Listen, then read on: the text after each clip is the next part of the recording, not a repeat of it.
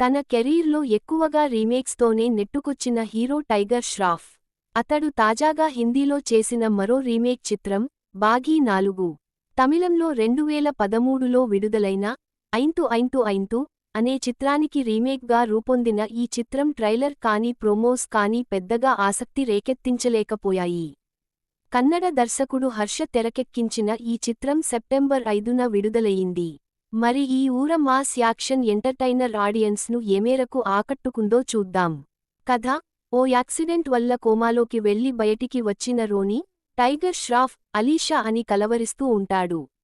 అసలు అలీషా అనే అమ్మాయి ఎవరూ లేరని రోనీ ఊహించుకుంటున్నాడని, తనకి డెల్యూషనల్ ఇష్యూస్ ఉన్నాయని చుట్టూ ఉన్నవాళ్లందరూ ఒకటికి రెండుసార్లు నొక్కి చెప్పడంతో దాదాపుగా నమ్మేస్తాడు రోనీ.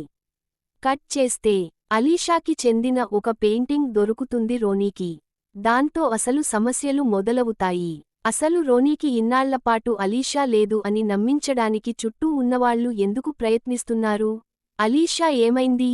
దీన్నంతటినీ నడిపిస్తుంది ఎవరు? వంటి ప్రశ్నలకు సమాధానం బాఘీ 4 చిత్రం. నటీనటుల పనితీరు: ప్రతి సినిమాకి బాడీ పెంచుతున్నాడు కానీ నటుడిగా మాత్రం ఇంప్రూవ్ అవ్వడం లేదు టైగర్. ఒక్కోసారి అతడు పలికిస్తున్నది కోపమో, బాధో అర్థం కాక తికమకపడుతుంటారు ప్రేక్షకులు. అయితే టైగర్ మార్క్ యాక్షన్